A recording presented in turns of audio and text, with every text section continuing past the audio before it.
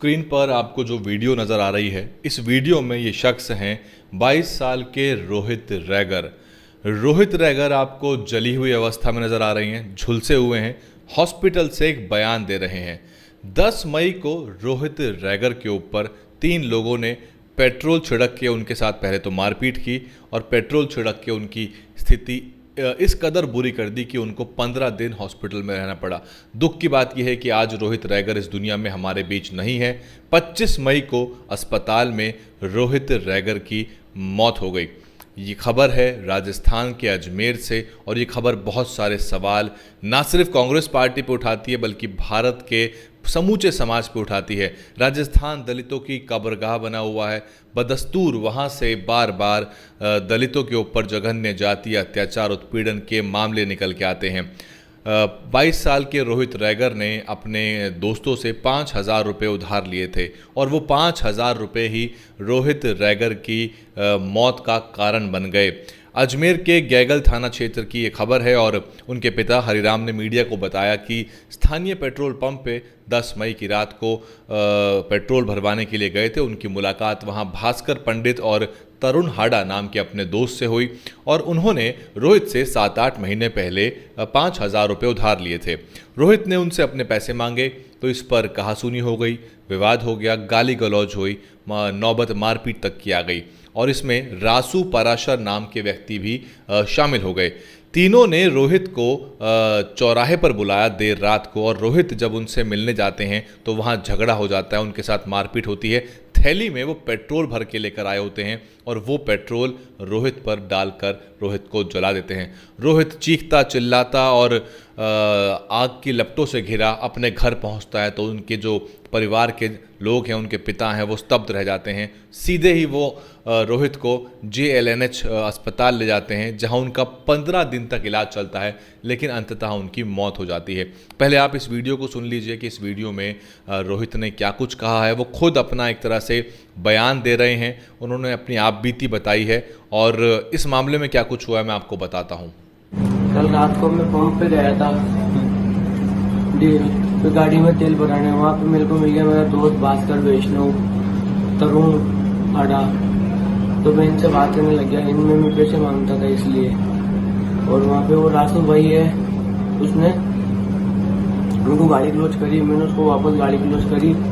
तो फिर उसके बाद में वो दारू, पहले तो वो बेटा वहाँ दारू पी रहा था तो हम साइड में बात कर रहे थे तो इसलिए मैंने उसको छोटे को साइड में बुलाया। फिर वो जैसे हम बात करते जाने लगे ना तो वैसे वो गाड़ी क्लोज करने लगा, पिया हुआ तो था ही।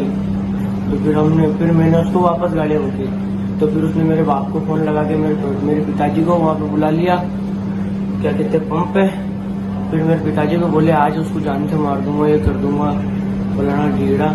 और फिर मेरे को समझा, मैं समझ जा के चौकी में आ गया, मेरे को मारा पहले, फिर मैं भाग के चौकी में चला गया। फिर चौकी वालों ने घर पे छोड़ा। फिर आधे पौन घंटे बाद में दूसरे काकड़ कच्चे रास्ते से आके और मेरे ऊपर तेल की थैली फेंकी और आगे लगा दी। आग किसने लगाई? अब वो रासू नहीं लगाई थी, आग तो थैली किसी और ने फेंकी, तोड़ी उसने नीचे गई। अच्छा, और कौन था साथ रासू के साथ? उसकी शक्ल नहीं जानता हूँ, वो शक्ल जानता हूँ, नाम नहीं जानता हूँ, काम करता हूँ उसके पंप। और उसका रासू का बड़ा भाई सर्वेश्वर, वो कल चौकी के बाहर ट्रैक्टर को संडे चला रहा था कि आज जान से मार दूंगा इसको। तो आपने सुन लिया, रोहित ने खुद विस्तार से अपने ऊपर बीती हुई पूरी घटना बताई। सबसे पहला सवाल तो ये है कि ये पहले भी देखने में आया है कई मामलों में कि अच्छा इलाज और उपचार नहीं मिल पाता। इंद्र मेघवाल के मामले में भी उसको हॉस्पिटल दर हॉस्पिटल भटकना पड़ रहा था। एक बार में अच्छा और उच्च गुणवत्ता का इलाज अगर मिल जाए तो ऐसे मामलों में जो पीड़ित है उसको बचाया जा सकता है। कई मामलों में जो पीड़ित है उसकी जान नहीं बच पाती। इस मामले में तो जीता जागता अपनी बात रखता बैठा हुआ रोहित रैगर हमको नजर आया, लेकिन 15 दिनों के बाद उसकी मृत्यु हो गई। हॉस्पिटल किस तरह का था वो आपको तस्वीरों में नजर आ रहा है। कोई बहुत अच्छा हॉस्पिटल वो नहीं था, उसको जयपुर के बड़े अस्पताल में रेफर करना चाहिए था। इस मामले में 3 लोग जो हैं वो नामजद हुए FIR में और उसमें खबर ये है अब तक जो अजमेर के SP हैं चूनाराम जाट, उन्होंने बताया है कि रासू पराशर को गिरफ्तार कर लिया गया है। ये खबर राजस्थान से है। एक और मामला भी आया है, महिपाल मेघवाल का मामला, जो कि खेतड़ी के इलाके का है। उसकी बात किसी और दिन करेंगे। ये बात मैं आपको इसलिए बता रहा हूं कि कांग्रेस पार्टी भाजपा का विकल्प बनना चाहती है और भाजपा के राज्यों में अगर अत्याचार उत्पीड़न के मामले लगातार आते हैं तो कांग्रेस भी पीछे नहीं है। तो सवाल यह है कि जब आप अपनी पूर्ण बहुमत की सरकारों में दलितों, आदिवासियों, मुसलमानों को सुरक्षा नहीं दे सकते तो फिर आप अपने आप को भाजपा से भिन्न कैसे बताओगे? फिर वोट किस मुंह से मांगते हो? या फिर कांग्रेस पार्टी को अब इन समुदायों की परवाह नहीं है और कांग्रेस पार्टी भी चाह रही है कि वो भाजपा के सॉफ्ट हिंदुत्व के राह पर चले और उसी आधार पर वोट मांगे, ना कि वो दलितों, मुसलमानों का वोट जिस तरह से लिया करती थी उत्तर भारत में, वो उस तरफ नहीं चलना चाहती। कांग्रेस के लिए बहुत शर्म की बात है कि एक राज्य जो पूरी तरह उनके कब्जे में है, जहां की पुलिस उनके पास है, वहां पर वो एक डर और भय का माहौल नहीं पैदा कर पाते जातिवादी तत्वों में। और इसमें SC/ST एक्ट की धाराएं भी लगी हैं और ये जाहिर सी बात है कि अगर रोहित रैगर दलित ना होता तो उसके साथ ये जघन्य घटना अंजाम नहीं होती। उसकी जाति का उन तीनों ही लोगों को पता था, उसके गांव के ही लोग थे और तभी उनके मंसूबे इतने ज़्यादा बुलंद थे कि उन्होंने बिना किसी डर के पेट्रोल डालकर उसको जला दिया। राजस्थान है ये, देश भर में लगातार इस तरह की खबरें निकल के आती हैं। BSP के सांसद रामजी गौतम साहब ने इसको ट्वीट करके इस मुद्दे को उठाया, लेकिन दिक्कत यह है कि ये सारे मसले बड़े मुद्दे नहीं बन पाते, जंतर मंतर तक नहीं पहुंच पाते। और इंद्र मेघवाल के मामले में भी आपको पता है किस तरह का बर्ताव हुआ। राजस्थान वो राज्य है जहां महापंचायतें होती हैं, महापड़ाव होते हैं, पीड़ित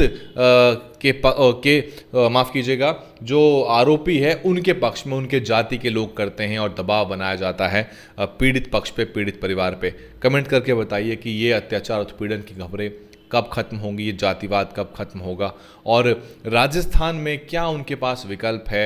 एक तरफ बीजेपी है, एक तरफ कांग्रेस है। BSP 5-6 विधायक जिताती है, लेकिन बड़ी ताकत बन के अगर वो उभरेगी तो यकीनन इन मुद्दों पर लगाम लगाने में बसपा सक्षम होगी। और बड़े मुद्दे जो होते हैं इस तरह के, उस पर बहुत से लोग मौन धारण कर लेते हैं। आनंद मोहन के मामले पे बहुत से लोगों ने, एक्टिविस्ट, पत्रकार, लॉयर, प्रोफेसर्स ने मौन धारण कर लिया।